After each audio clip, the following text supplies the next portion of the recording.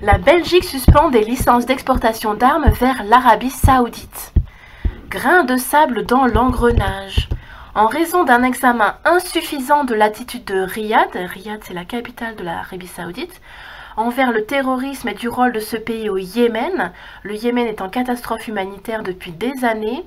Je vous rappelle que sur 28 millions de Yéménites, 22 millions sont en très grave danger de mort et en danger de catastrophe humanitaire, avec notamment le choléra. La Wallonie doit suspendre plusieurs licences d'exportation d'armes vers l'un de ses principaux clients. Le Conseil d'État de Belgique a décidé le 29 juin dernier de suspendre 8 licences d'exportation d'armes wallonnes vers l'Arabie Saoudite, d'après le journal Le Soir. Selon l'agence de presse belga, la juridiction a jugé que le gouvernement de la région de Wallonie, compétent pour délivrer les licences de vente d'armes, ne s'était pas suffisamment penché sur la question du respect des droits fondamentaux, dans le cas d'un client un peu particulier, l'Arabie Saoudite. Dans son arrêt, cité par le journal belge L'Echo, le Conseil d'État déplore ainsi que l'avis de la commission chargée d'examiner les dossiers soit resté dans le cas de Riyad silencieux sur des sujets comme le comportement du pays acheteur à l'égard de la communauté internationale et notamment son attitude envers le terrorisme. Le Conseil déplore en outre que les antécédents du pays acheteur dans les domaines notamment du respect de ses engagements internationaux en ce qui concerne le non-recours à la force et du droit international humanitaire n'aient pas davantage été passés au crible. En 2017, plusieurs organisations de défense des droits humains, dont la Ligue des droits de l'homme, LDH, et le CNAPD avaient introduit des recours contre l'exportation d'armes produites par la FN Herstal, notamment vers l'Arabie Saoudite. Cette même année, en 2017, c'est en effet Riyad qui se classait en tête des clients des entreprises d'armement de Wallonie, pour une somme de plus de 150 millions d'euros, selon les données de Belga.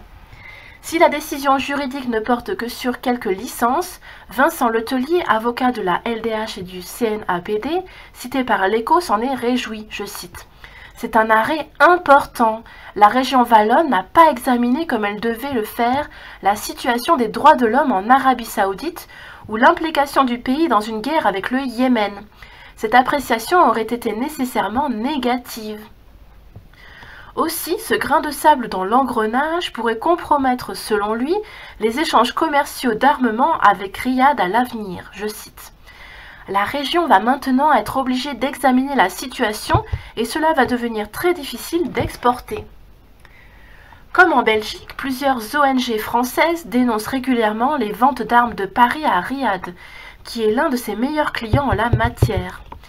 Et pour cause, depuis mars 2015, ça fait 3 ans, l'Arabie Saoudite est à la tête d'une coalition de pays arabes au Yémen, dont les bombardements aveugles sont responsables de nombreux morts civils. Alors, nombreux morts civils, c'est un euphémisme, parce qu'il s'agit de 10 000 morts au bas mot, officiellement.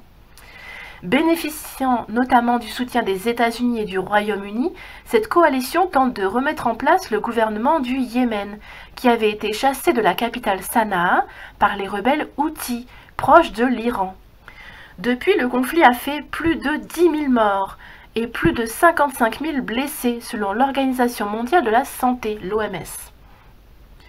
Dans ce pays ravagé par la guerre civile, une épidémie de choléra a par ailleurs déjà touché plus d'1 million de personnes. Donc c'est la plus grande épidémie biologique au monde depuis qu'on établit des mesures. J'en ai parlé dans une vidéo il y a une semaine de ça.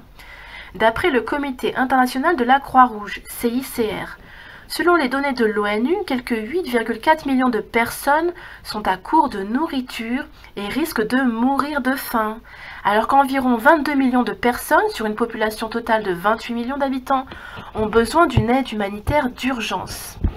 Fin de la dépêche. À plus.